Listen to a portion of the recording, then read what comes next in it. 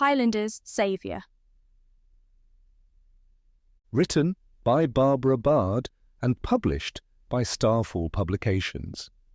Book from Highlanders Fighting for Love series. Save more with our ebook and audiobook bundles on our website, starfallpublicationsbooks.com. Subscribe for more audiobooks. Enjoy. Prologue. They had been travelling for a while through these dark woods, as they were going to meet Lord Flynn, the man to whom Rosemary was betrothed. George had suggested that they find a place to lay their heads for the night, as it was getting too dark to keep travelling. Sarah and Rosemary were talking about Rosemary's betrothal when another wagon pulled up. Sarah immediately felt that something wasn't right. The wagon looked strange and suspicious, with men being held in cages, and the men that guarded the wagon were cruel to them. Sarah tried to carry on the conversation, but Rosemary was already distracted. She couldn't keep her eyes off the wagon. Rosemary had always been the curious one, always wanting to know everything. Rosemary started to walk towards the wagon, wanting to investigate what was happening and why everything appeared so strange. This was the last time Sarah saw her. Concerned for her safety, the driver, George, told the soldiers that she was indeed Rosemary. Lord Flynn had no reason to doubt them because he had never seen her. He took the lie as the truth, and now Sarah was saddled with the responsibility of imitating Rosemary. She would be getting married to Lord Flynn just as Rosemary should be. However, Sarah felt ashamed of pretending to be her friend, as she was nothing compared to the beauty and grace that Rosemary carried with her. Her confidence and composure were something that Sarah would never have. Sarah wished she was not in this position, but Lord Flynn could never know she was not his bride. He would banish her from the country, or worse, kill her. This was a job Sarah had no choice but to carry out, and, for fear for her life, she hoped she didn't fail. Sarah had not heard anything about the incident since that night. The only information she had was the recount of the bandits who arrived at Lord Flynn's house the night of her arrival. They had been attacked by some Scottish brutes. Sarah was afraid that her friend had been kidnapped by those Highlanders, or, even worse, killed. Chapter 1. Sarah slammed the door to her bedchamber. She was breathing hard and fast.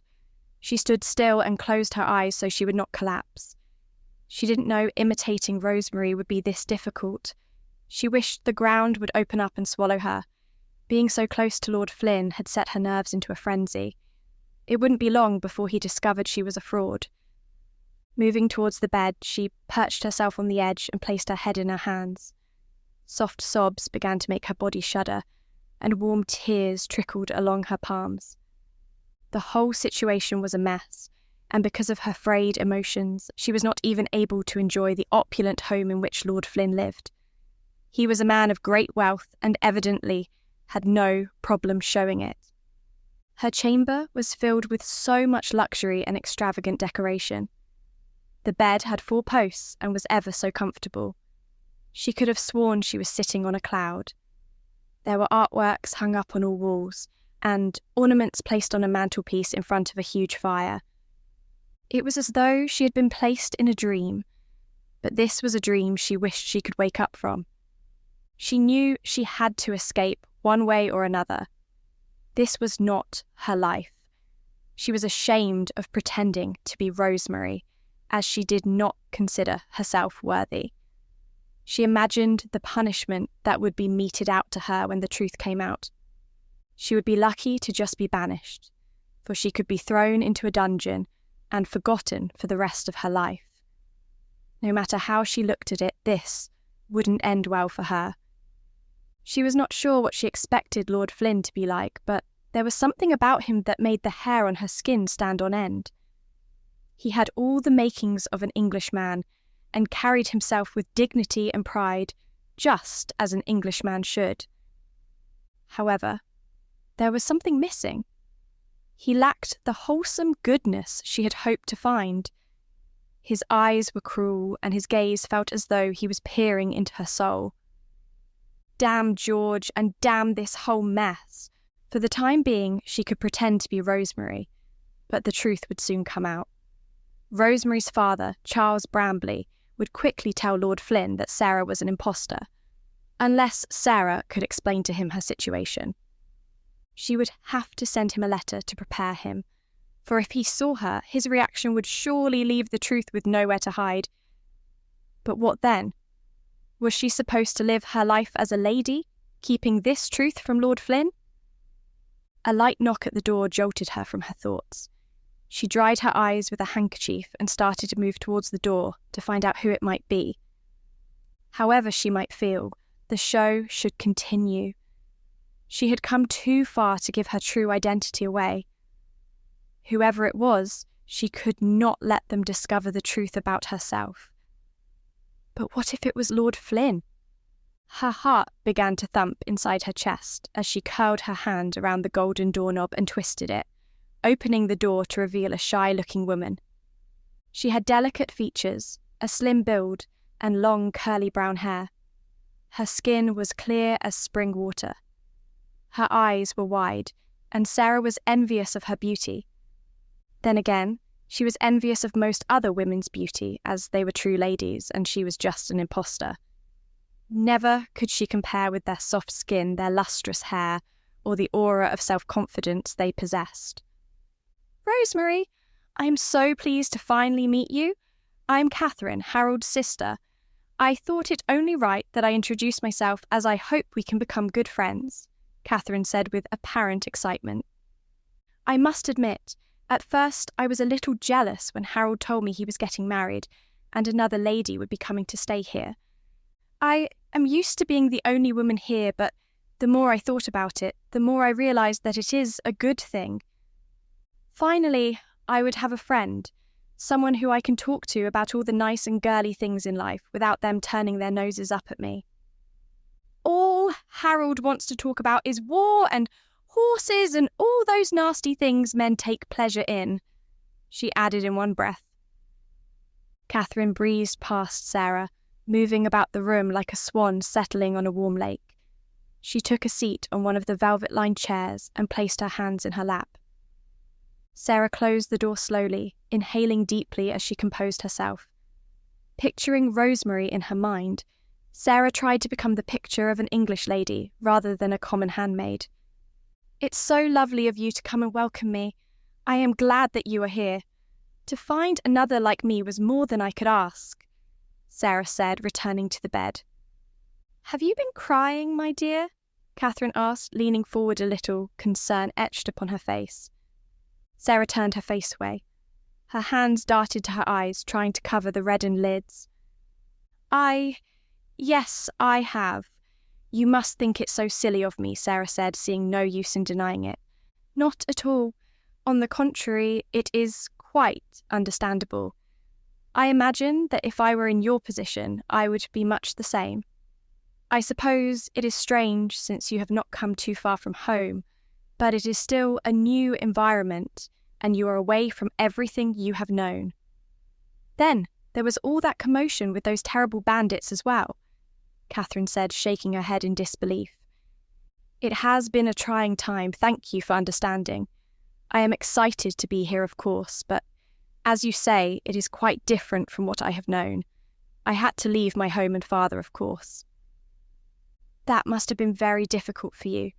I did ask Harold about you, and he said that it was just you and your father. I am so sorry to hear about your mother." "Thank you, although it was years ago now. And do not be too fretful. It will not be too long until the wedding, and then you will be able to see your father again. I imagine that the two of you became quite close after your mother died." "We did, indeed. There were just the two of us. We cried and consoled ourselves. We only had each other. He tried to do everything to lift the cloak of sadness from our house. We tried to celebrate her memory instead of losing ourselves in a gloomy mood. But things will never be the same again." "I suppose that is all one can do.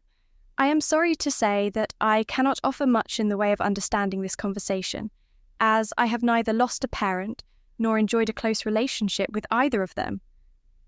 You haven't? Catherine shook her head and sighed. Father is always off on one escapade or another, looking to raise the prestige of the family.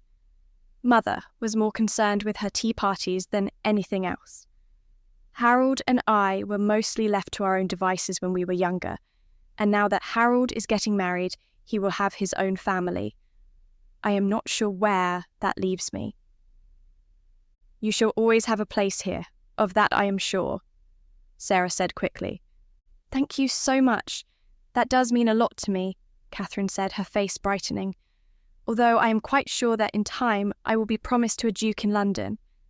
Father has always told me I shall not marry below my station, and that he will work on finding the best match for me. That sounds rather exciting. Hardly, Catherine said, a sly look in her eyes. Father simply wants the best marriage for the family. Knowing him, I shall be passed off to some feeble duke who probably drools and cannot even walk without aid. At least you have been given to a man in his prime. Lord Flynn is an impressive specimen. I do consider myself fortunate to be getting married to him. Perhaps you could tell me more about him. My father was often quick to tell me about Lord Flynn's virtues. There were times when I think he viewed Lord Flynn as a younger version of himself. You are in a much better position to tell me about him.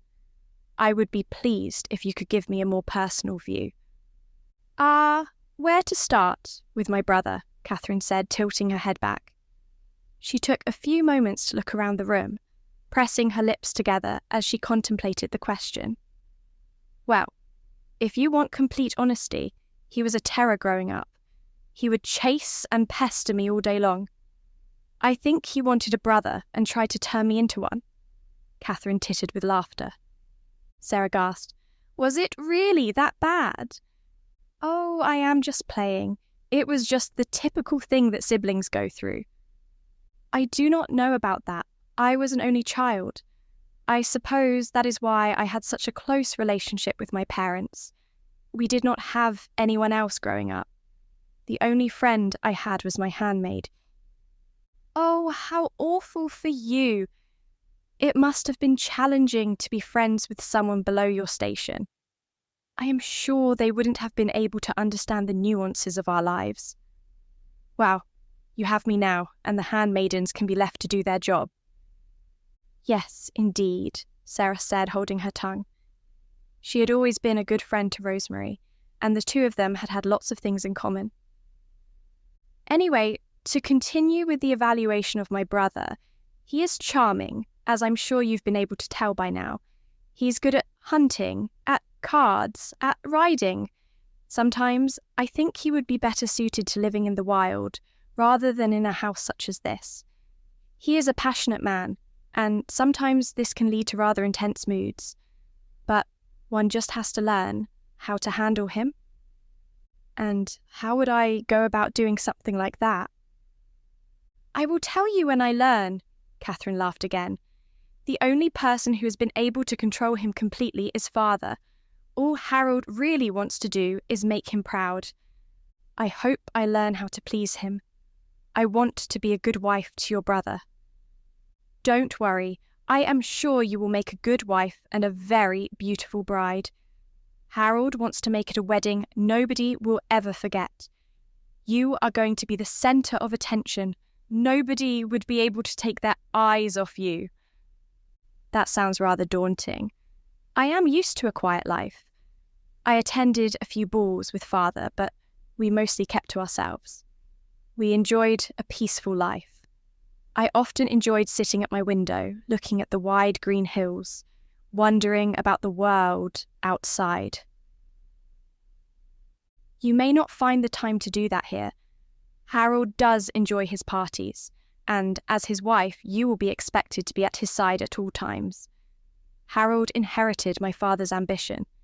The two of them want to become powerful men in the realm. All his life, Father has worked to rise closer to the king, hoping one day that a member of our dynasty shall take their place in the royal family, and perhaps even sit on the throne themselves. A lofty ambition, I cannot say I ever thought of anything like that. I fear my world has been so small. It has gotten bigger now, and it will be wonderful. The times ahead are going to be glorious, and I am so glad that we will be sisters-in-law. We shall have so much fun until the wedding." "We shall," Sarah said. Talking with Catherine made her feel quite at ease, even though it was painful to lie to her the entire time. Sarah had wanted to close herself off from most of the people in the palace, just so she would have to lie to as few people as possible. It was going to be difficult enough to bear the shame of having deceived Lord Flynn, but now she would have to betray Catherine's confidence as well. "I wonder if it would be possible for me to write a letter to my father, just to let him know that I arrived safely. He does fret so, and I would like to put his mind at ease." "Of course. I shall have some writing materials sent up to your chambers. Later on, we should take a walk around the gardens. I will have to show you all around the palace, and have lunch later. But I should let you rest for now. It has been a long day, and you must be tired.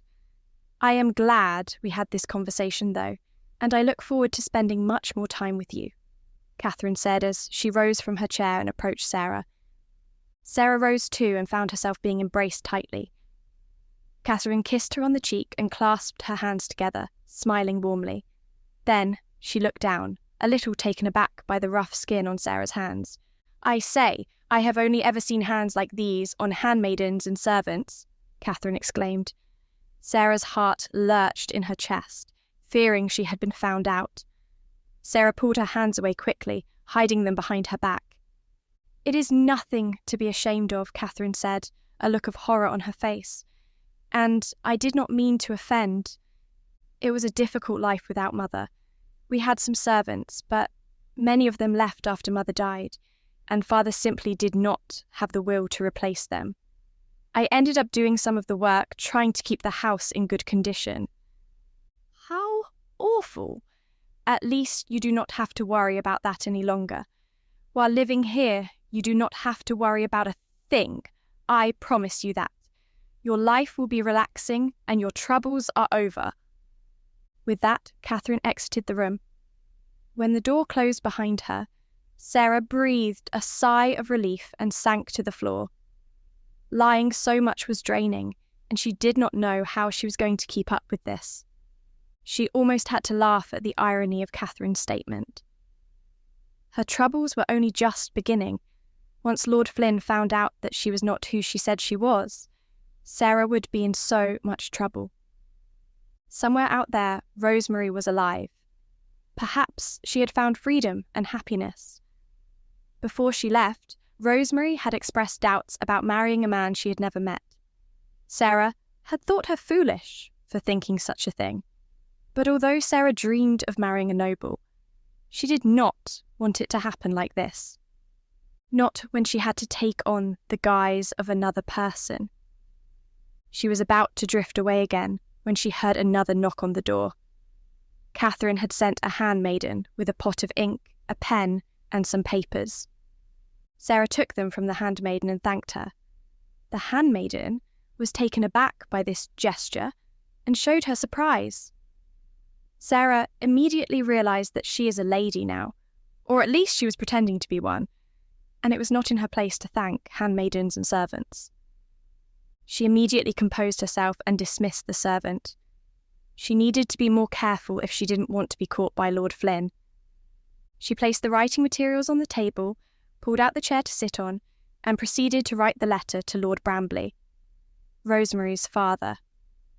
"Dearest Lord Brambley, it is with great regret that I write to you. You may be told that this letter is from your loving daughter, but actually it is Sarah who is writing this. There has been a terrible misunderstanding. While we were travelling through the forest, we encountered a wagon filled with prisoners. Rosemary wanted to investigate, fearing that something strange was occurring. I tried to dissuade her, but she was set on her course of action, and she disappeared into the night. I do not know what happened to her.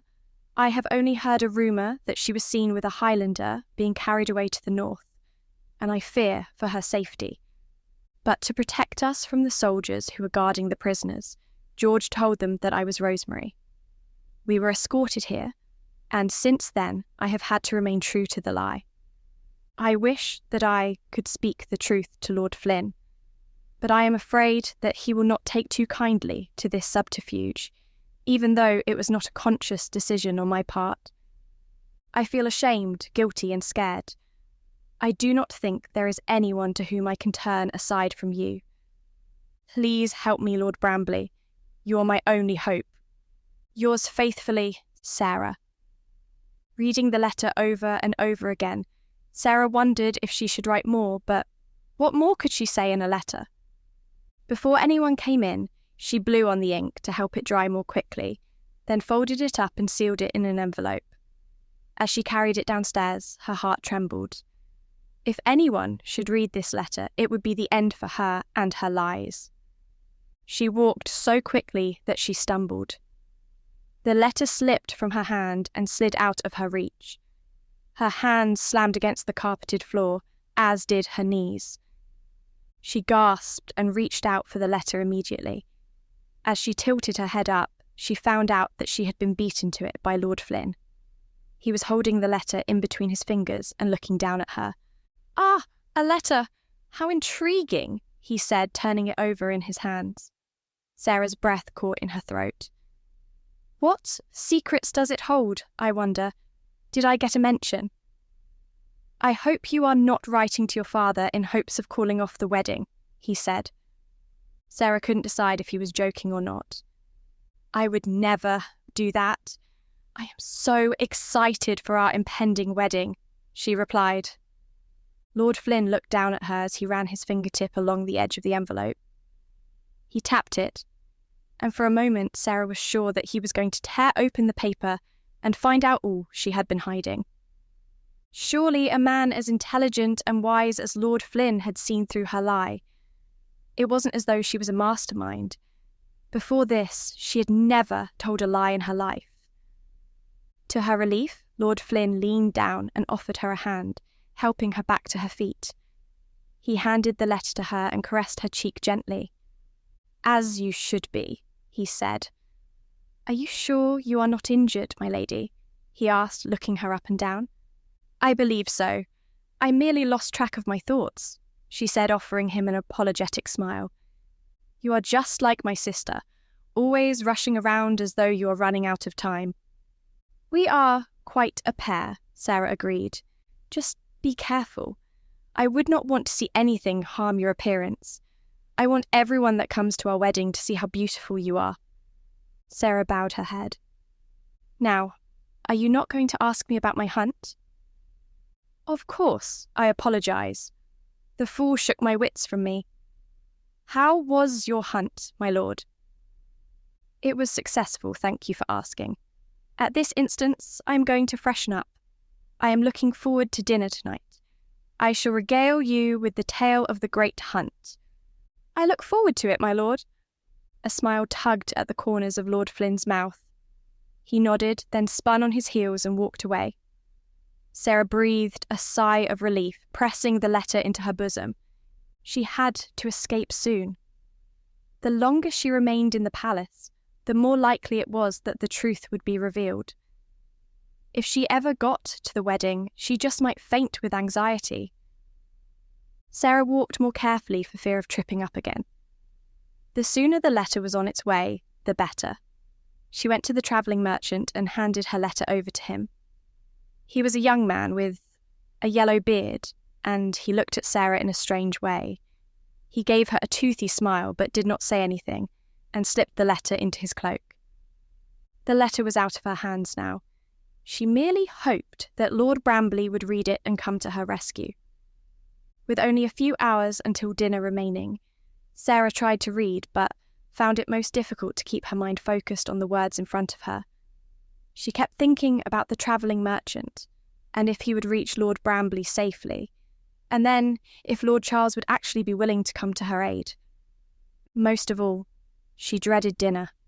Every time she was around Lord Flynn, she was afraid that she would say something that would betray her own secret. The more time she spent with him, the more she was sure he would realise something was strange about her, but there was nothing she could do to avoid dinner. If she said she was ill, he would most likely dote on her, or be frustrated that she was weak and frail. Chapter 2. Drew was brooding on the moors. His home, his castle, loomed against the misty backdrop of the Highlands.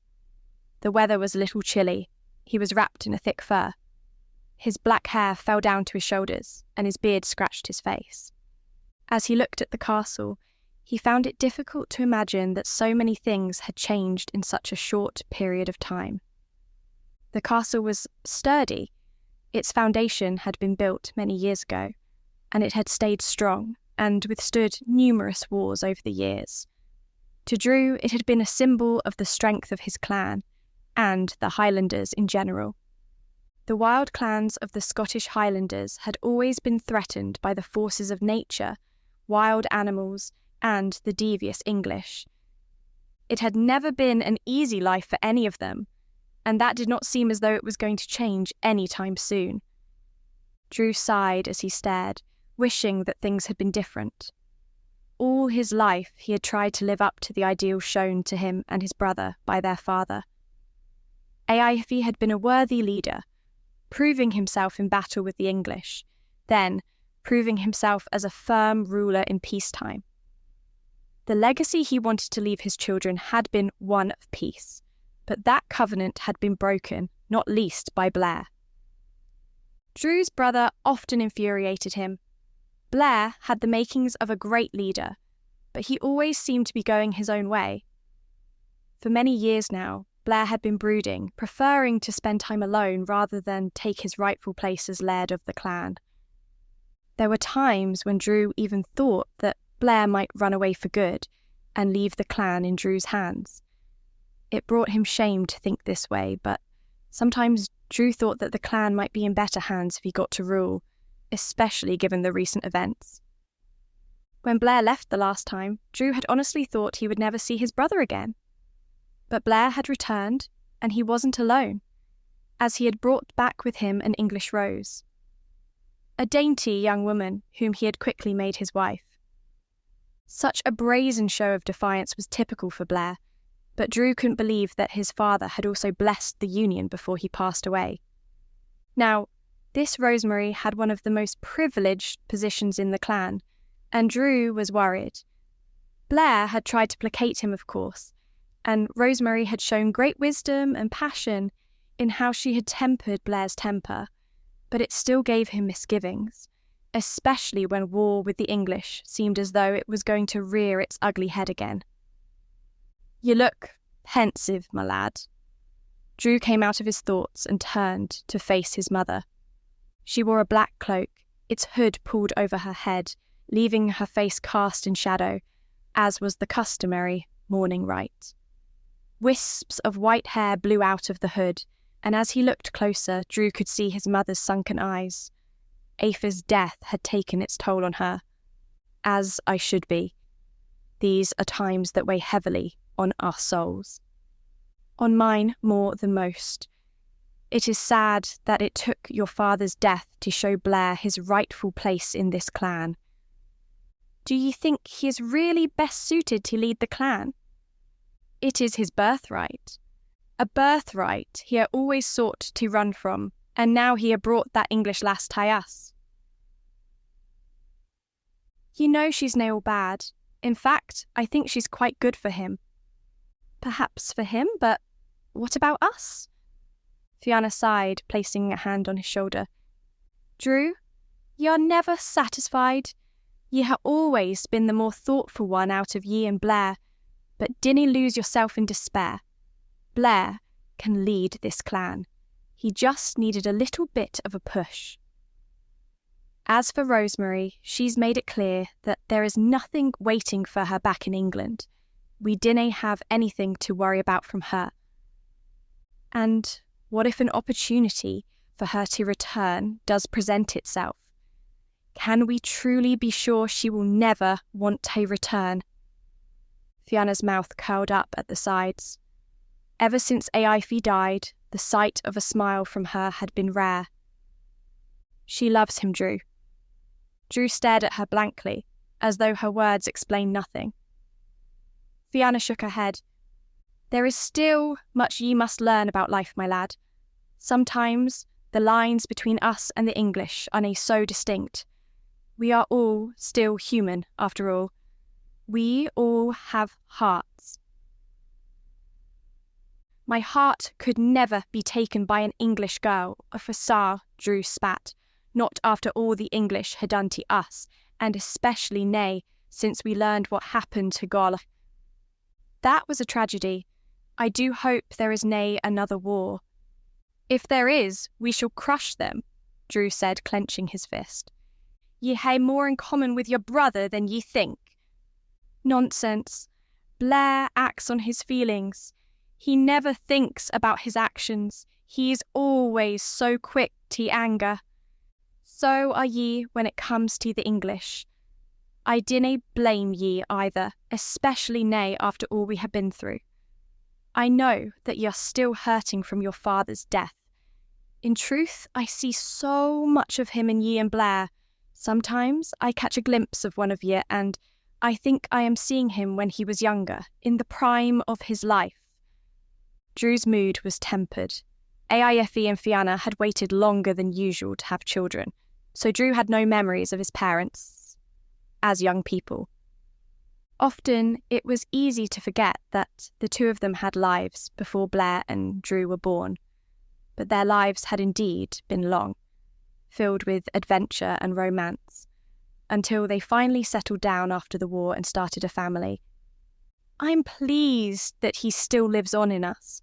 I hope that we can make him proud. I am sure ye will. He used to brood a lot too. He did? Even when he was younger? Before we continue into the story, do us a favour.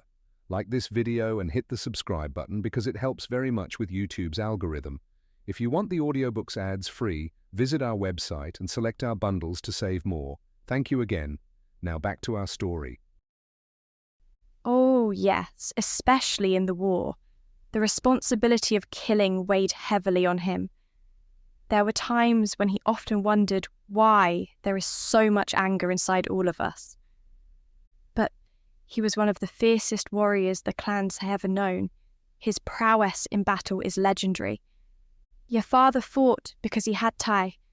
He was always going to do his duty to the best of his ability, but that did not mean he took pleasure out of it. Remember, your grandfather was killed in battle at a young age, and your father was always afraid the same was going to happen to him. That is why we waited until the war was over, to have a family. Really? Yes, we spoke about it many times before the war, but your father could sense something brewing. Then war broke out, and he made it clear that he did nae want to risk leaving sons behind without a father. Once the war was over, and it became clear that we could live in peace, we had a family. Sometimes I wish ye and Blair could have seen the war for yourself. It might make you feel differently, as it would the rest of your generation. We are nae leading the Highlands into war. The English have made the first move, as they always do. This Flynn, whoever he is, killed Gaul, and that slight canna be left unpunished. We are McCalls, and we dinna let these things happen without consequence. I wouldna treat him so lightly. I remember a Flynn from the old war. It must have been this one's father. He was a formidable warrior, and if his son has inherited his strength, he will nae be an easy foe. The English are able to amass a great number of troops. I would nae be so eager to go to war. If they attack us, we will crush them. We will wash the field with their blood, and they will never come back again. We must teach them that this treatment of our people will nae and canny be tolerated, Drew said, his words growing harsh. He could feel passionate blood stirring within him. I ken, my lad, I ken. But old people like me who have already seen what war does to people can wish for things to be different. Ye and Blair are the right people to lead our clan in this war. Me and Blair? That man won't listen to me. Drew, ye must both listen to each other. Ye are two halves of the same coin. I know Blair has often been difficult, but he has taken his place as Laird, and he will do his duty. I have already spoken to him about this, but he cannae do it by himself. Ye must be there for him to offer him counsel. Ye are an intelligent man and a strong warrior in your own right. If the two of you fight together, nobody will be able to stand in your way. Then it's a shame that Blair makes it so difficult all the time, Drew said, scowling, but I will try my best for the sake of the clan. That is all I ask. Now then, I suggest that we go and join your brother and the others for the feast, Fianna said. Drew nodded and followed his mother down the hill. He was left with much on his mind. His mother spoke wise words, but it was often so difficult to make peace with his brother when Blair had so often made it his mission to defy the needs of the clan. A cough caught his attention. Drew turned and saw that Deirdre was signalling to him. Drew rolled his eyes. Deirdre was always trying some scheme. Ever since Blair had returned with the English girl, Deirdre had been scowling and skulking around. She and Blair had shared a kiss once. Deirdre thought that meant more than it did. Now she was a scorned woman and sought revenge on the man who wounded her heart. Mother, I must attend to something first. I will see ye at the feast, he said with a sigh.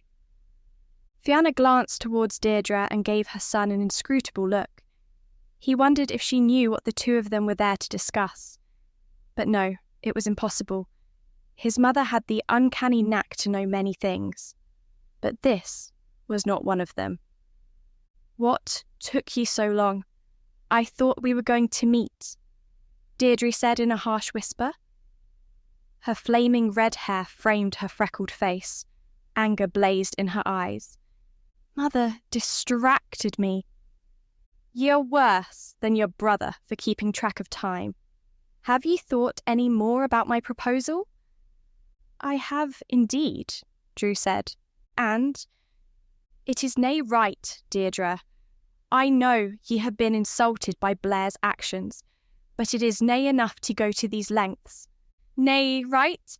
Nay right? Surely ye of all people can see that what Blair has done goes against our blood.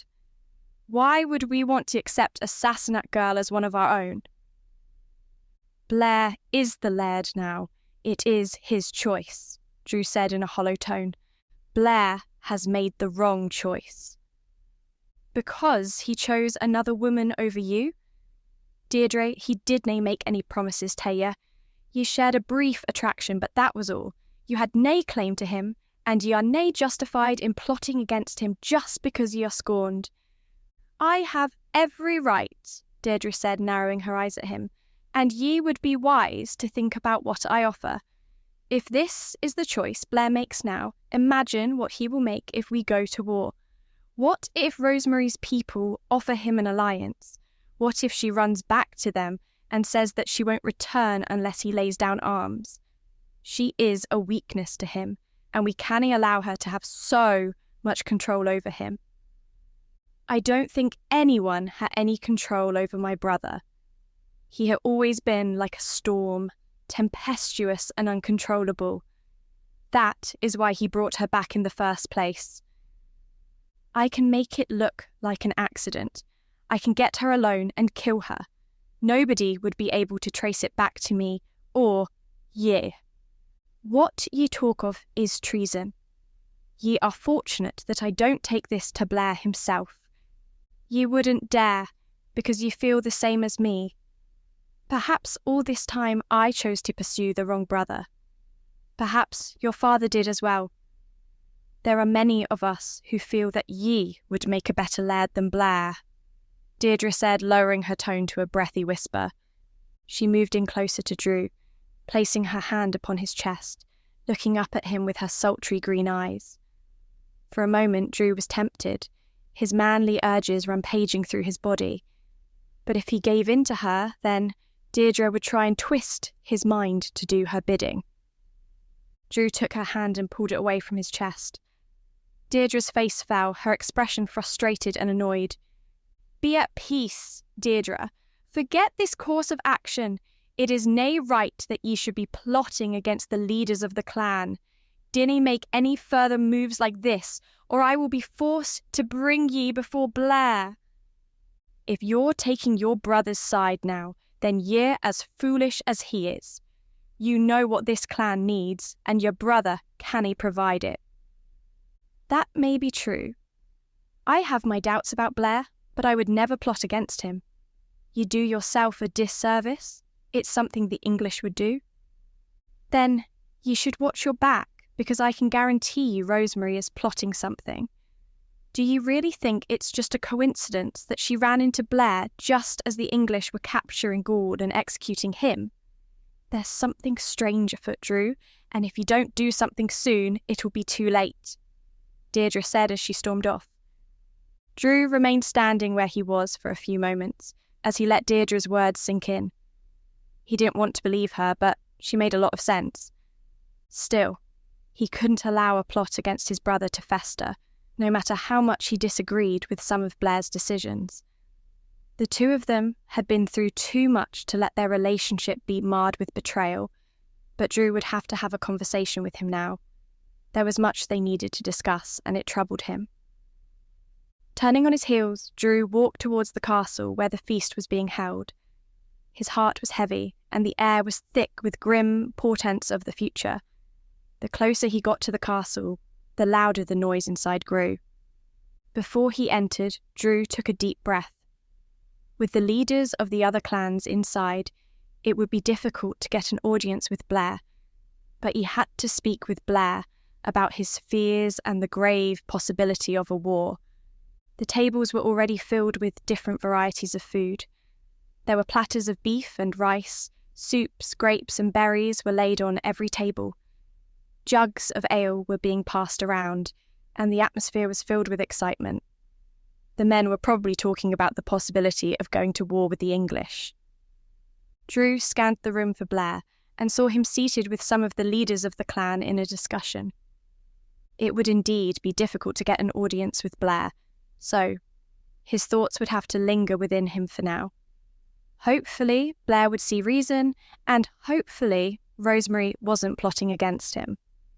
Drew tried to remember the words his mother had told him, and promised himself he would do his best to live up to his father's wishes. The only thing standing in the way was Blair, for if his brother was unreasonable, or if Blair's judgment had been impaired by the love he had for Rosemary, Drew would have to take matters into his own hands. It was a last resort, but a possibility nonetheless. The mood was buoyant as they all enjoyed the company of each other. Some rivalries were still strong, but these people avoided each other and merely passed the occasional glare across the room. Drew assumed it wouldn't be long until a fight broke out, however. At least one usually did on these occasions. Drew was proud of his people for never allowing death and hardship to tie them down. It wasn't only Aoife who had died, but also Gaul. The news of the death of Kieran's son had hit all of them hard, but the mourning period was not going to override the joys of a feast. Drew walked into the hall and waved to a few others, greeting more as they cheered his arrival. He walked to the head table where Blair rose, and wrapped a strong arm around Drew's neck. His breath was heavy with the stench of alcohol. "Brother, I was wondering when you were going to show up," he said. "I haven't missed too much, have I?" Nay, the party is just getting started," Blair yelled in his deep brogue. His words were met with a loud cheer. He thrust a mug of ale into Drew's hand and gestured for him to sit down. Drew looked beyond his brother to see Rosemary sitting there. The Englishwoman was inscrutable. Drew did not know what to make of her. She and Fianna were the only ones who were not throwing themselves into the jovial mood. Drew set the mug down and picked up a chicken leg, tearing at it with his teeth. The meat was succulent and tender. The juice ran down his jowls, satisfyingly so. There were few greater pleasures in life than a good feast, and Drew's smile was genuine. "We must speak later," Drew said, leaning into his brother.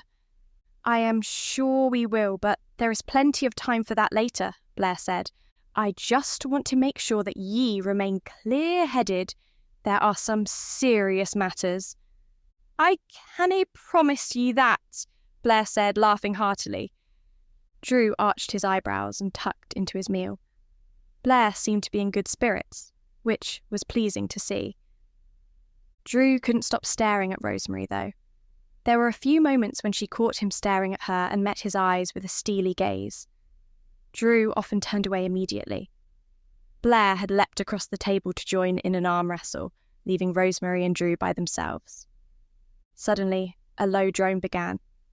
Drew looked up to find people from the Presley clan singing, waving their ales up in the air. Their honeyed tones were melodious, and they caught the attention of everyone in attendance. Blair had been engaged in another arm wrestle. He stopped mid-bout and stood up, looking in rapture at the singers. The song spread through the hall, with all the Highlanders standing up and joining in. Drew moved to his feet, adding his deep voice to the song. His heart beat with pride as the old familiar song took hold of them in its ethereal grip. He looked around and found them united as brothers, all sharing the same history, the same culture. The song was sung loudly and strongly, with real fervour from everyone in attendance, aside from Rosemary. The English girl sat there, looking so small among the burly Highlanders, with a puzzled look on her face. In a way, Drew pitied her, for she was alone in a strange land. A few of the Highlanders began weeping, so moved were they by the song. The words swirled around their hearts and souls, eventually fading into nothing but a wisp as they reached the end of the song. Silence lingered around them as they thought about those they had lost over the years. A sombre mood came across them all, replacing the jovial mood that had been present all through the feast. Many of the Highlanders sat down, but Blair remained standing. He wiped his eyes and raised his mug of ale. His booming voice filled the hall. "My brothers, that was a fine song. Never have it been sung with such passion. This had been a grand occasion, and it had been so good catching with you all. But we cannae forget why we are here. There is a serious matter we must discuss. But first of all, I'd like you to think of all the people that cannae be here tonight. People like my father, people like Gaul. There might be different reasons for their absence, but they are absent all the same. I'm honoured to take over from my father, but I wish it did nae hae to be so. I wish that he was still here leading this revelry instead of me. We do nae always get what we want, though. You all knew my father. He proved himself in war, and he proved himself in peace. I hope I can be half as good a ruler as he was. But now, Gaul. What happened to him was a tragedy, a crime. Justice must be served. Are we to sit by and let the English kill our men without a trial, without our knowledge? How many more injustices are we going to let happen before we put a stop to it? Blair spoke with a thunderous voice.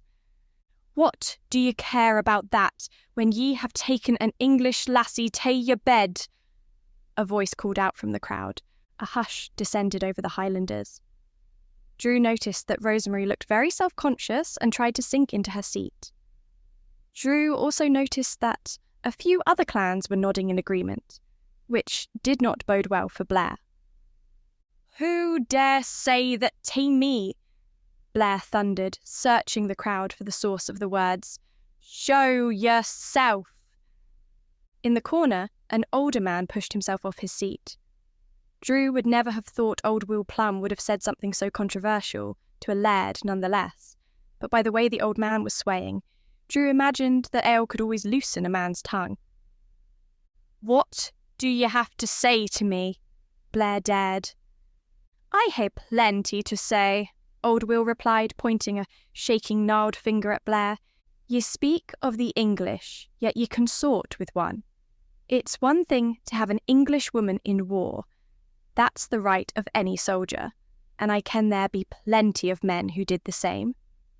I ken I plucked an English rose or two in my time, But how can ye stand there and speak of your father like that, when ye are treading on his grave by having her here?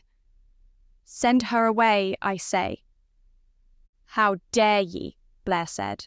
"Rosemary is not some war prize, and ye should speak with more respect when it comes to her. Listen to me now," he said, raising his voice. Even Drew felt goosebumps crawl and rise along his body. "Rosemary is not the enemy. She ran away from the English. She's their victim just as much as any of us have been. She stays, and any one of ye that has a problem with that can take it up with me. And anyone who speaks about her with disrespect can also take it up with me. And if ye think I'll be lenient with ye can test that thought," he said, glaring around the room. If there was one thing Blair was good at, it was intimidating a crowd. Even though most of the Highlanders were imposing warriors, Blair had a knack for making himself larger than life.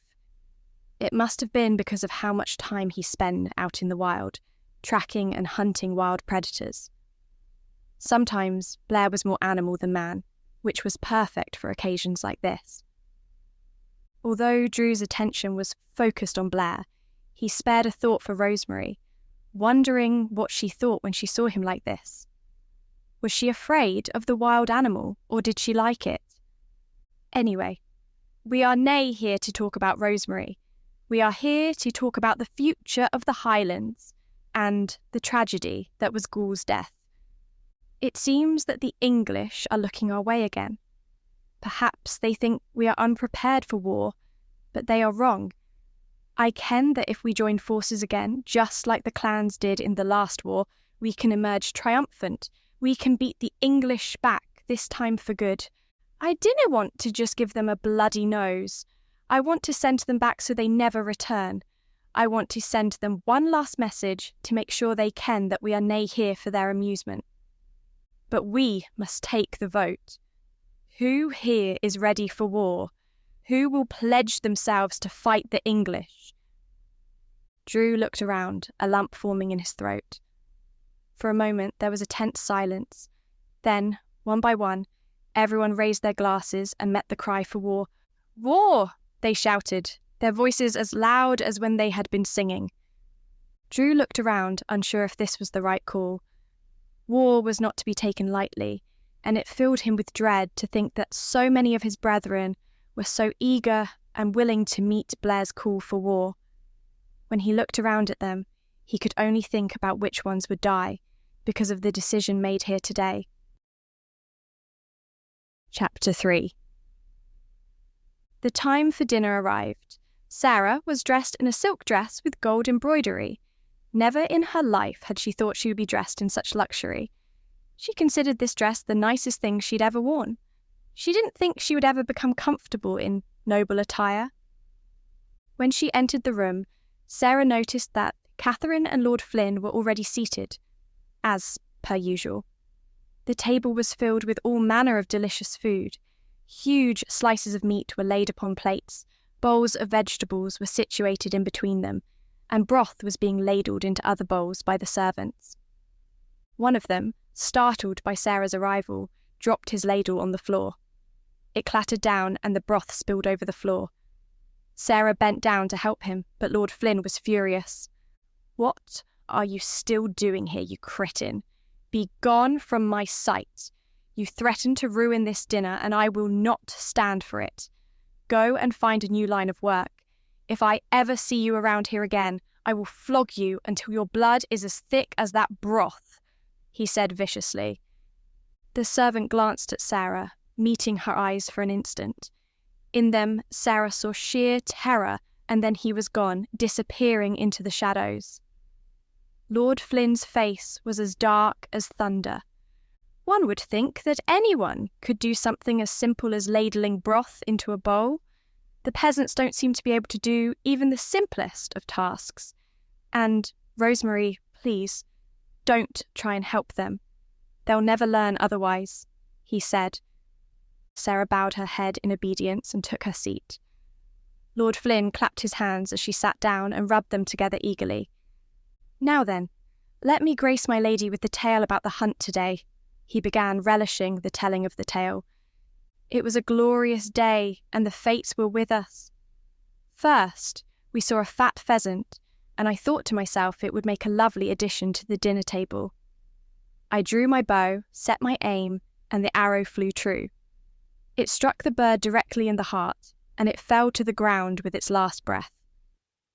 After this, we galloped through the forest until we came across a deer.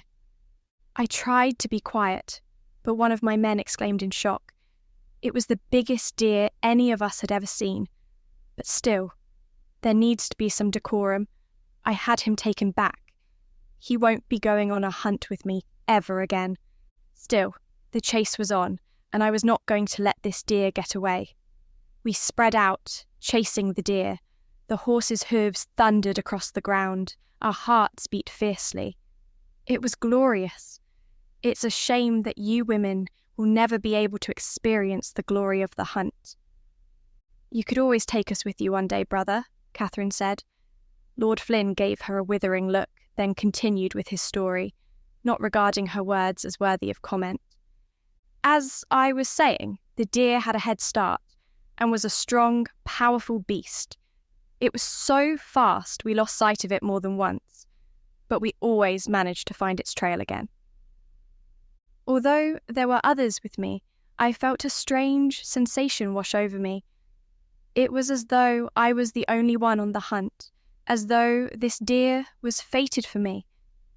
I knew that I could catch it and kill it, that it would only be me. I encouraged my horse and broke away from the rest of the hunting party. I kept my eyes peeled, searching the forest for any sign of this great beast.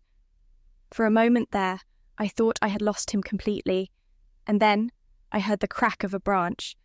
I twisted around and saw the deer fleeing again. I chased him, for how long I do not know, because time lost all meaning to me.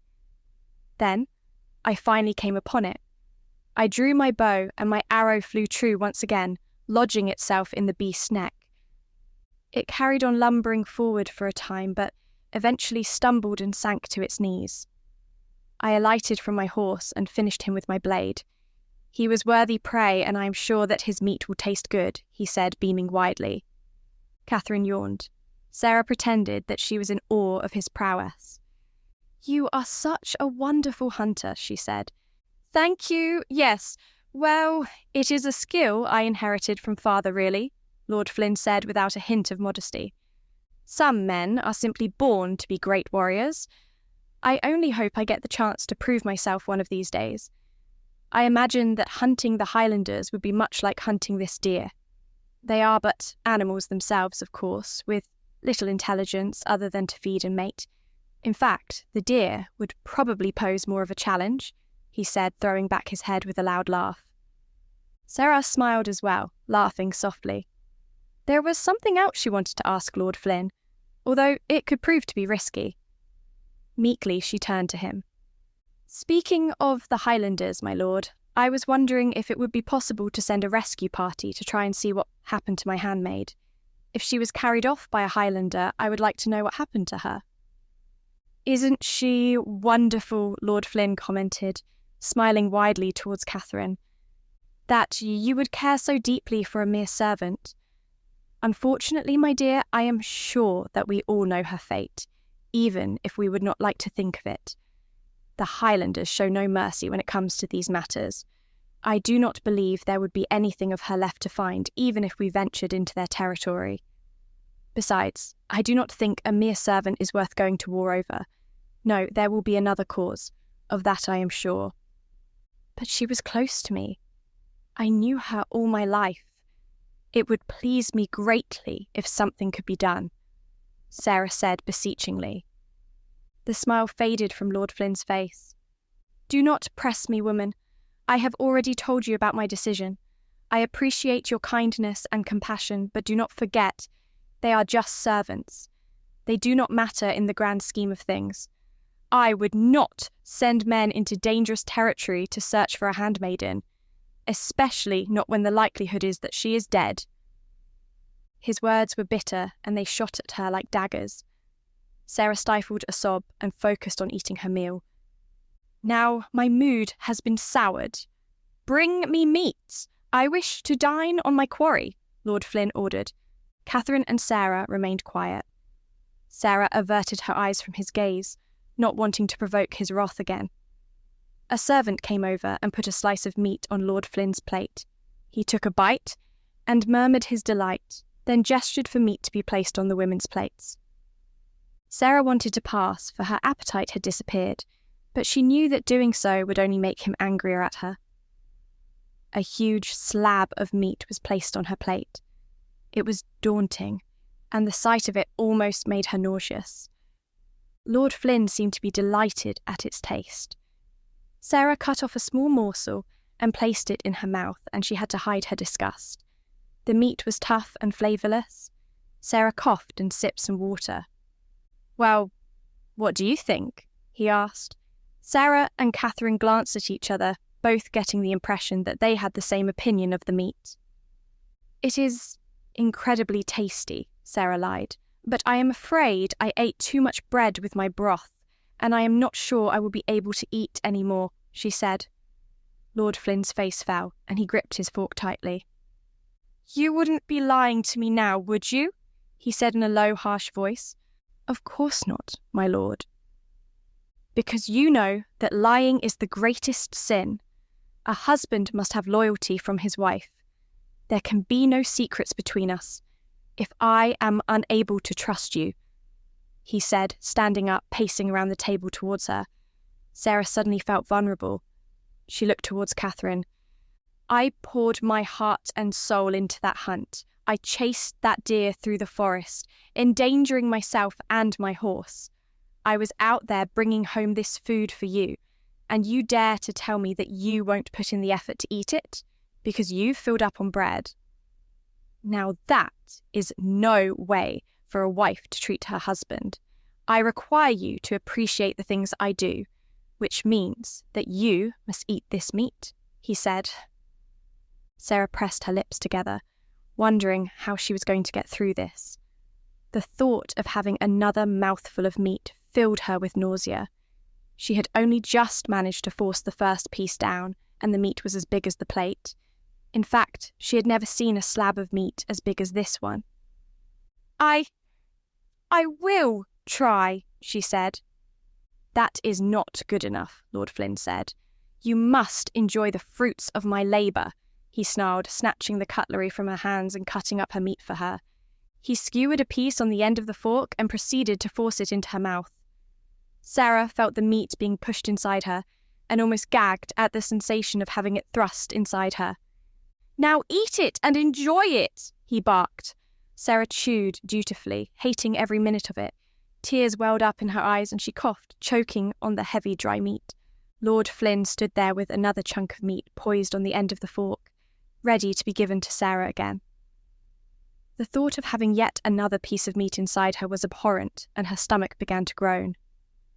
"Harold, I hate to say this, but the meat is rather tough," Catherine said. Lord Flynn glared at her. The fork dropped from his hand and clattered against the plate. Lord Flynn began to move around the table when Sarah felt a hacking cough rise through her. Sarah's entire body trembled and convulsed, trying to keep her lips tight together, but she expelled the chewed chunk of meat onto the plate. Lord Flynn glared at her, aghast that she would dare to spit out some of the meat he had hunted. But it was so dry and unpalatable that she could not even fake enjoyment of the food.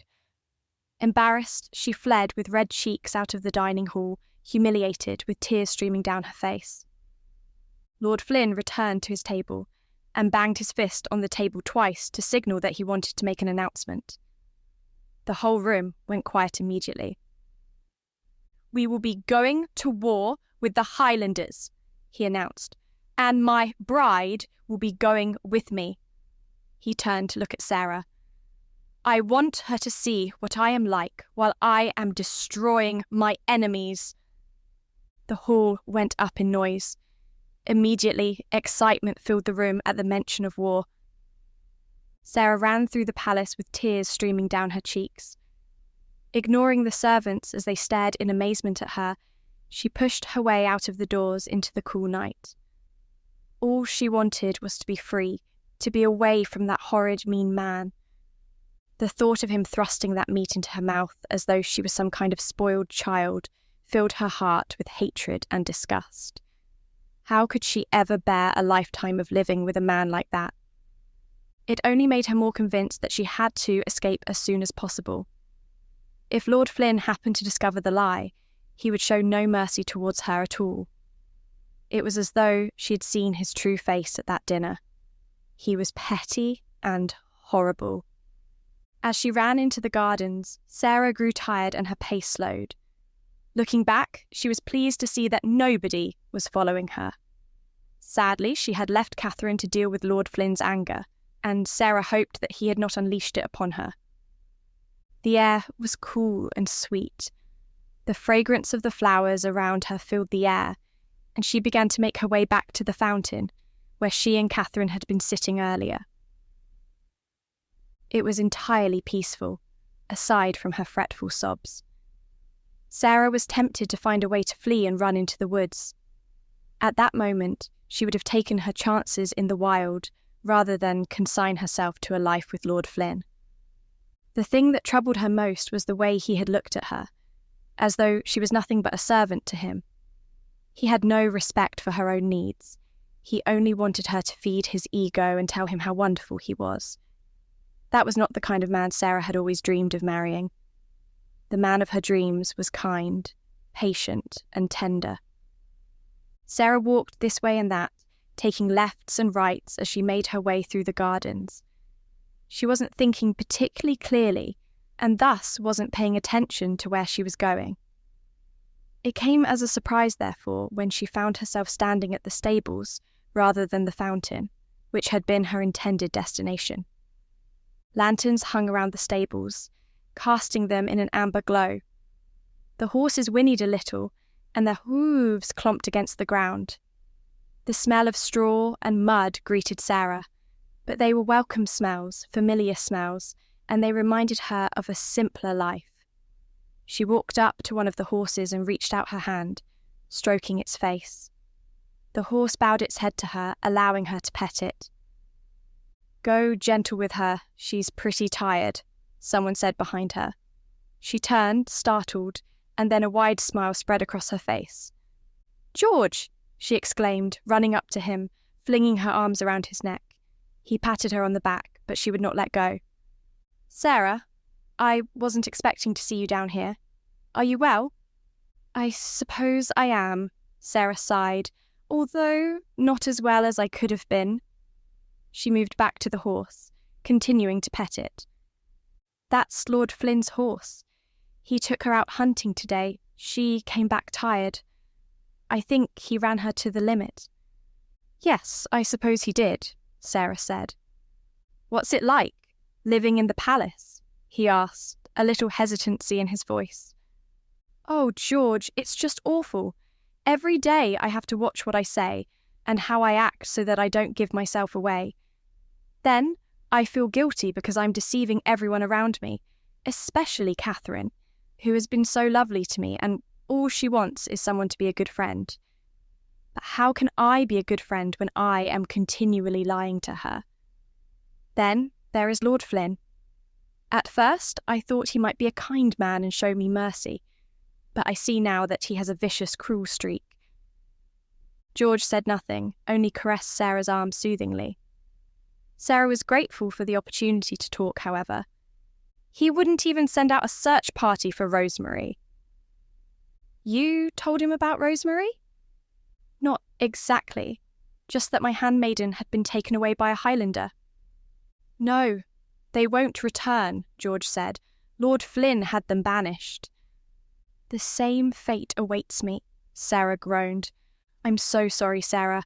I thought that I made the right decision by lying to those guards. I didn't realize it would lead to such hardship for you," he said. Sarah sniffed. "You did what you thought was right at the moment." "I do not blame you, George.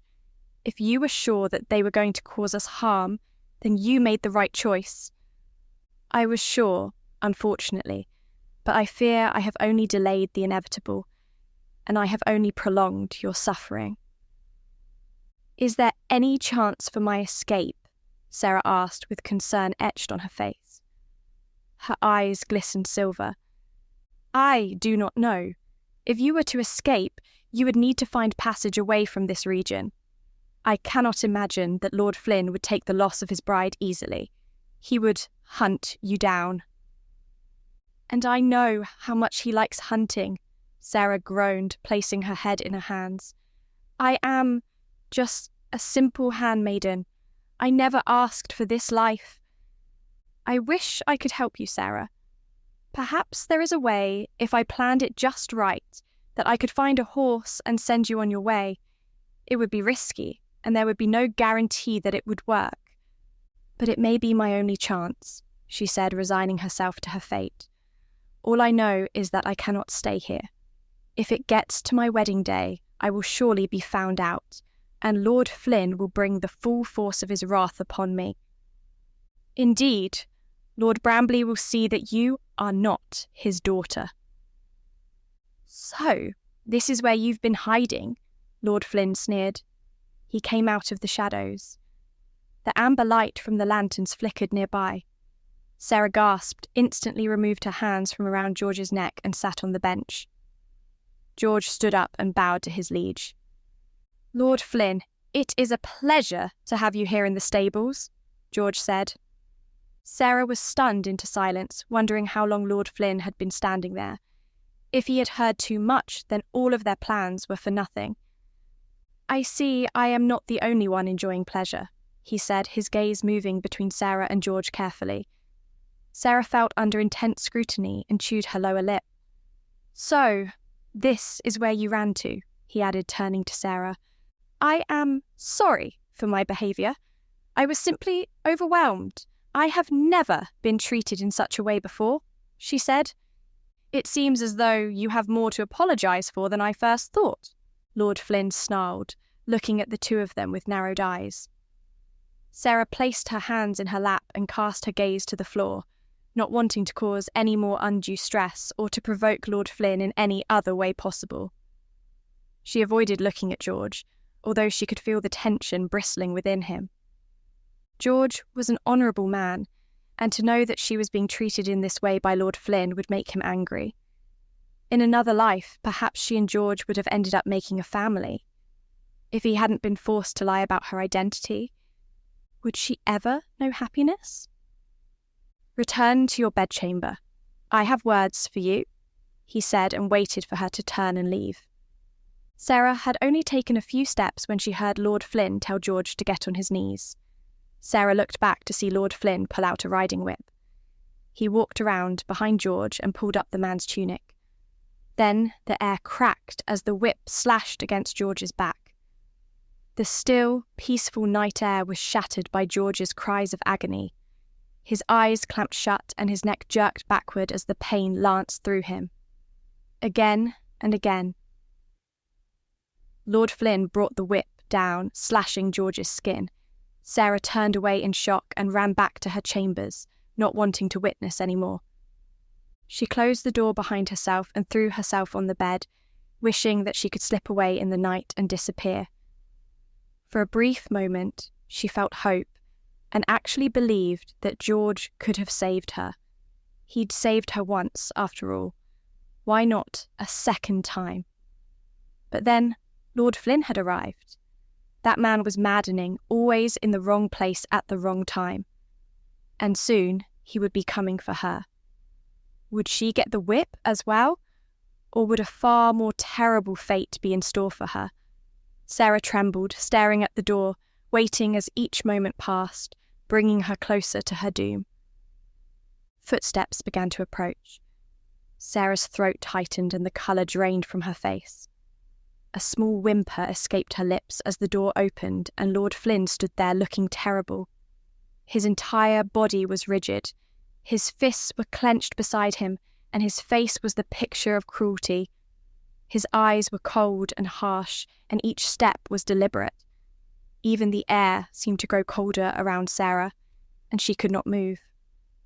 Lord Flynn remained silent as he approached the bed, towering over her.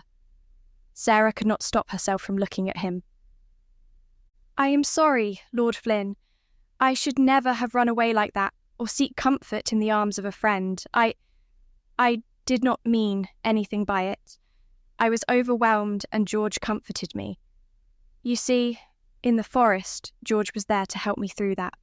It was a testing time and it just felt natural. And I am sorry that you had to see me in such a position, but you know that I would never do anything to besmirch your honour. This marriage means everything to me, and I would not do anything to jeopardise it. And? Sarah sniffed and wiped tears from her eyes. I'm sorry, Lord Flynn, was all she could muster. Lord Flynn offered her no comfort, no soothing caress. Instead, he looked down at her with sneering disdain. You must look inside yourself and think about the woman you want to be. I have an idea of the woman I want to be my wife, and I would hope that you live up to that expectation. With those words, Lord Flynn marched out of the room and slammed the door behind him. Sarah flung herself back on the bed, letting her hair splay out all around her. Her body convulsed with sorrowful weeps, and she curled up in fear. Lord Flynn had said those words so simply, as though killing a man was no great ordeal at all, and now her only link to a true friend was cut off. There was nothing more she wanted to do than to run to George and tend to his wounds, for the only reason he was hurt was because he had attempted to aid her. But she could not even do that. She would have to find some other way to escape this fate. Chapter 4. What followed was much revelry, but Drew was pensive as he continued feasting. He noticed a few people casting wary glances at Rosemary, but, to her credit, she remained seated. Perhaps she had more determination than Drew had first assumed. He also occasionally threw a few glances at her with a wary eye. I can see the way you have been looking at me. Do you have a problem with me? Rosemary asked as she leaned towards him. The question startled him. Drew wasn't entirely sure how to answer that. It's just that you keep looking at me. If you have something to say to me, I'd prefer that you say it, she added. I was just wondering if this is what you imagined life with Blair would be like. You don't seem like you're enjoying the feast, Drew said, trying to keep his words guarded, just in case the English rose had a nefarious purpose. I am merely trying to adjust.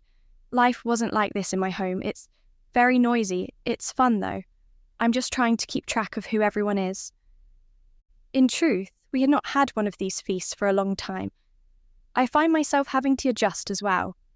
I think we're the only ones, though. Blair seems to have taken to it quite naturally. I know. It's not a side of him I'm used to seeing, she said. Well, lassie, I think you'll find that Blair is a complicated fella. He always was, since he was a bairn.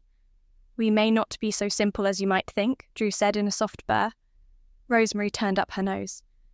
I never believed Blair was a simple man, but he seems to have changed recently. I suppose being the leader of a clan would do that to someone. Aye, ye cannae have him all to yourself now. Let me ask ye a question now. Hae ye given any thought to the future? What's your plan here, lassie? Do ye want to go home, or are ye happy staying with us for the foreseeable future? Rosemary shifted in her chair, looking around the room at the loud Highlanders. Drew imagined it must have been quite the change for her.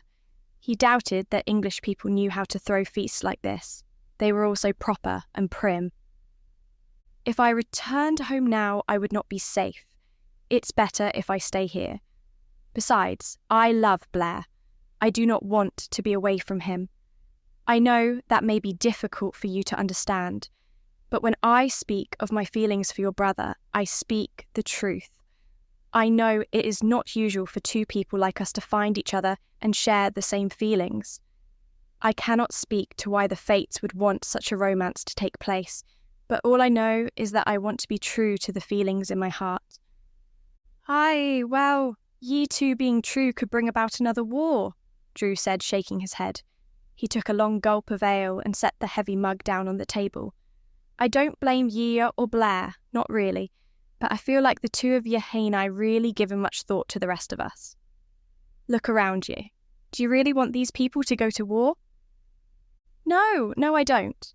Frankly, I don't know why everyone is thinking that war is inevitable. I'd much rather the English and the Highlanders left each other alone. What a world that would be, Drew said wistfully.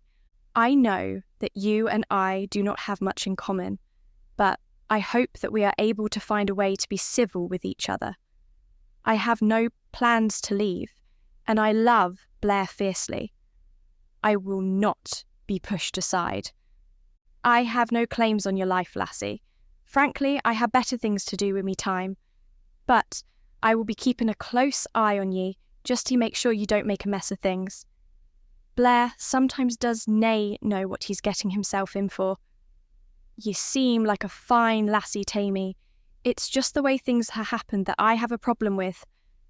I always worry that somewhere there's some lord who is missing ye, and if they come to find ye, what will they think? Will they believe that ye fell in love with a Highlander? I'll make them believe it, Rosemary said, her face set in determination. But then she looked away and gazed into the distance. Drew wondered what thoughts passed through her mind. Drew leaned back and worked his way through a chicken leg, picking the gristle from his teeth. It was good to see the feasting hall being occupied with such a grand occasion, but it was a shame his father could not be here. He watched Blair move through the crowd, speaking with the other clan leaders, engaging them in conversation and just arm wrestles. In these moments, Drew felt glad that Blair was the Laird rather than him, as he was not used to being so gregarious. Towards the end of the night, Drew rose from his seat, leaving the bones on the table, and walked over to Blair, who was in the middle of telling a story. His eyes were bloodshot and his words were slurring. "We must talk, brother," Drew said. Blair shrugged him off. "Now," Drew added, more insistent. Blair hung his head and apologised to the people around him before he rose. Drew walked out of the hall into the fresh night air, hoping that it would allow Blair to sober up, for Drew was wary of going against his brother, especially when Blair was in this drunken state. But what Drew was going to say needed to be said. He only hoped that Blair was wise enough to welcome Drew's counsel. "What do you want to talk about? If this is one of your usual lectures, I cannae be doing with that right now," Blair said. Drew had led Blair out of the castle into the cool night air. The sky was free of clouds. The silver moon hung above them like a great orb, and the stars twinkled across the black cloak of night. The sounds of the feast were dwindling, but were still present. Many of the people in attendance had left the great hall and had settled in camps across the field. Drew looked across and saw groups lumped together. Most of them were sleeping soundly, others were talking together. "Look at them, Blair. Look at all of them." "I see them, brother. What is your point?" "My point is that we should not be so eager to run to war. Are you really willing to send these men and women to their deaths?" "I am doing no such thing," Blair slurred. "Everyone voted, everyone chose. I am not making a decision for anyone." "You heard them in there," he said. "I did. All of them were drunk and would have agreed to anything at that moment in time. You're drunk too." "That I may be, but are you saying I cannae hold my drink?" "Of course not, brother. I merely wish to caution you about what you're doing." "And what might that be?" Blair said, steadying himself, baring his chest. He was one step away from flexing his muscles, and Drew didn't want to get into a contest of strength with him. "Father wanted a certain way of life for us. I'm not sure that war is the right way for us. War is the only way out of this. Gaul's death cannae be left without punishment. The English have done too much.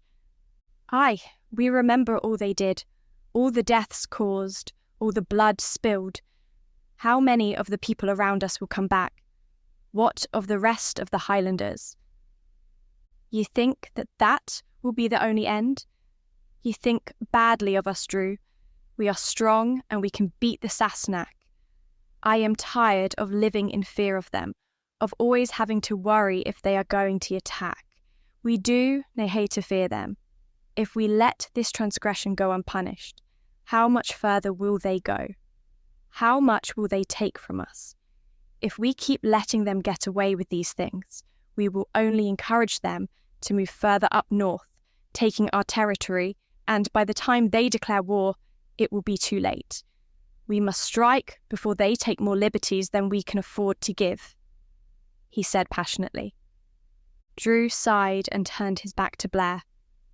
He continued to gaze out at the horizon, beyond their small fiefdom to the forests that lay beyond, and even further beyond that lay the English country, source of the scoundrels and dishonourable men who seemed to think that the Highlands were their birthright. And what of the people at home? Drew asked. What do ye mean? Perhaps I should have waited to discuss this with you when you were sober, Drew sighed. Tell me now, brother. I have my wits about me. Are you sure about that? Drew asked with a smirk. About as sure as I can ever be, Blair replied, meeting Drew's smile. There are some who do not agree with your decisions, Blair. Ye have gone against years of tradition by claiming that lassie as your own. Aye, I know that, Drew. You don't have to tell me the obvious. I feel as though I do. Not everyone can be swayed by passionate words. You must think about the common people. I dinna think they understand how you can declare war on the English in one breath, yet take one to your bed with the other. Rosemary is not part of the English army, Blair replied stonily. I know that, and ye know that, but not everyone does. To some, she's just an English lass who has worked her way into your bed. I cannae blame them, really. I felt the same when ye first came back with her. And what do you make of her now? I've talked to her a bit.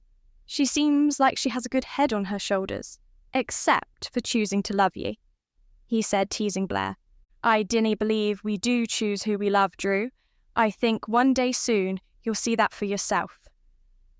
Aye, maybe, if I see this war through. Just be careful, Blair. That's all I want from you. These are dangerous times for all of us, and things should not be taken lightly. Remember how vicious the English can be. I hope ye know what ye are doing when it comes to her. All good humour disappeared from Blair's face. I told ye not to speak of her like that. Nobody can speak of her like that, he growled. I dinna mean it like that, brother. Forgive me, Drew said. Blair looked at him through narrowed eyes and eventually relented. Drew breathed a sigh of relief as his brother wished him a good night, and then disappeared back into the castle. Drew stayed out for a little while, hoping that these people would remain safe. Then, with a sweep of his cloak, he returned to his room and lay in bed, thanking the gods for all the ale he had drunk, for if it hadn't been for that, he never would have been blessed by sleep. The morning came, and with it Drew awoke with a yawn. He stretched his limbs and dragged himself out of bed, going down to the stream, where he bathed with all of the others. Men and women were together, some wrestling and enjoying the feeling of being in the water. Drew looked at them, tinged with sadness. Whenever he looked at them, he couldn't help but wonder how many of them would be slain in war. How much blood would be on all their hands. After washing, Drew took a walk along the river bank when he heard a soft voice. From the accent, there was no doubting that it was Rosemary. He stopped before she noticed him and thought about moving away. Eavesdropping was not a very honourable thing to do, but then he thought about it and realised that he had something of a duty to his clan and his brother to listen to her prayers. While in communion with God, she would reveal her innermost secrets, and Drew would be able to discover once and for all if she was trustworthy. And please, let Sarah be safe.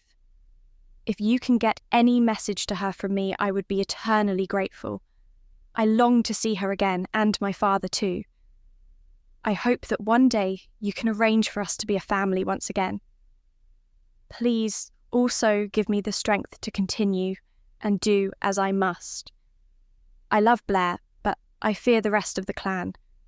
Sometimes I feel as though there is a place for me here, but other times I am not so sure. I suppose at some point there might be a chance for me to return to the English. Is that what you have planned for me? Is that what I should do? I loathe the thought of leaving Blair, but if there is a war and I have the opportunity to return to my old life, should I not consider it? And if Blair should die, I would have no ties to this place. I pray for your strength and guidance to see me through. Amen, she said dutifully. Drew stepped back as she rose and smoothed down her clothes before walking back towards the main camp. What Drew had heard stirred trouble in his heart. If Blair should fall, then it was true. Rosemary had no ties to the Highlands, and she could easily turn and run away to the English with all the information she had gathered during her time here. It seemed to Drew that she was not so sure of her love as Blair seemed to think she was. Indeed, family ties could bind people strongly, and the pull of them transcended borders between countries. Drew continued walking, lost in thought. He was always a man prone to brooding, especially when this weighed so heavily on his heart. Blair's judgment may well have been affected by his feelings for Rosemary, and there could come a time when Drew had to step in front of his brother to make his concerns known. Upon hearing a sound behind him, Drew turned sharply and was somewhat surprised to see Deirdre, Old Will, and a couple of other men, whose names escaped Drew at the present moment. Seeing them brought a sinking feeling to Drew's heart. "What do you want?" he asked. Old Will and Deirdre glanced at each other. It was Old Will who shuffled forward first. His head leaned forward, his wispy hair hovered around his head, and his beady eyes looked straight at Drew. "I think you know why we're here," Old Will said. "I think I do too, and I dinna like it," Drew said. "Like it or nay, ye must have this conversation with us," Old Will said. A wheezing sound accompanied every other word, for Old Will had lost a number of teeth over the years. Nobody knew exactly how Old Will was. Some rumoured him to be over 100 years old. "I tried to speak some sense into your brother last night, but he would nae listen. He's been swayed by his heart. He would nae be the first man to suffer such a fate, but we cannae allow it to continue. Ye heard what my brother said. He is a passionate man, and he will nae betray his feelings. Neither shall I betray him. I have already had a conversation like this with Deirdre, and my answer remains the same. Aye, ye will not betray him, but what if he already betrayed us? What do we ken of this lass? She could be a spy. She could want to run away from Blair at the first sign of trouble." Drew thought back to Rosemary's prayer and wished he hadn't heard what he did. Stroking his jaw, he blew out his cheeks and shook his head. "What's really important is that we support Blair. The clan must be united in a time like this. We cannae go to war with the English if we're divided. And we cannae go to war if there is a spy in our camp," Deirdre shrieked. Old Will shook his head towards her, but Deirdre marched forward, her eyes flaming almost as brightly as her hair. "I know ye think I am mad and jealous about what happened, but really I just have the best interest of the clan at my heart. You know Blair better than any of us, but even I know that he's as stubborn as a mule. He's convinced that this lass is genuine, but how can we trust her? What proof has she given us? All we have to gae on is Blair's heart, and this is a man who wanted to run away and leave. Can ye honestly say that ye trust Rosemary?" There was a long pause. "Nay, Deirdre, I cannae, but I also cannae go against Blair. What ye propose is mutiny, and that is worse than anything the English could do to us. What if Rosemary is a spy? Surely she'd want to sow discord among us, so by doing this, ye are doing exactly what she wants. Nay, If Rosemary is a spy, then eventually she'll reveal herself. I'm not going to fight Blair. We canny fight against each other, but I will keep an eye on her, and at the first sign of trouble, I'll confront Blair. I had my worries about the lass as well. What worries, Drew? Do you know something you're not telling us? Nay, I dinna know anything, but I hae my suspicions. All I'll say is that I'm more worried about what Rosemary would do if Blair died than what she'll do while he's alive. I had to think about what to do next, but I didn't want any of this to continue. You think you're doing something good for the clan, but you're only sowing discord, and this isn't right. Do your best, do your duty, and let me worry about Blair. Without waiting for their reply, Drew pushed through them and left them in the forest. At the moment, Blair was oblivious to the brewing discontent, but if it got worse, a faction could arise that would prove Blair's downfall. It was left to Drew to try and diplomatically conjure up a solution to this mess, but he didn't think Blair was going to like anything presented to him, especially not when it concerned Rosemary's honesty. However, Drew couldn't let what he heard pass without comment. If there was even a chance that Rosemary would forsake them, Drew had to do something, even if it meant provoking the wrath of his brother. So it was with a heavy heart that Drew made his way back to the castle, where he would have to confront Blair once again. The suspicion of Rosemary could not be allowed to fester, though. Drew wished that Blair had never brought that woman back with him. None of these problems would have surfaced if it had not been for that mistake, a mistake that Drew hoped would not prove fatal to the well-being of the Highland clans. Scan the QR code or click on the link in the description to read the full book. The full audiobook will be available on YouTube in a few days. What did you like the most? Comment below and share this video on your social media and with your friends. Watch one of the following videos. Subscribe to our channel, like this video, and hit the notification bell to not miss any new audiobooks. Thank you for watching.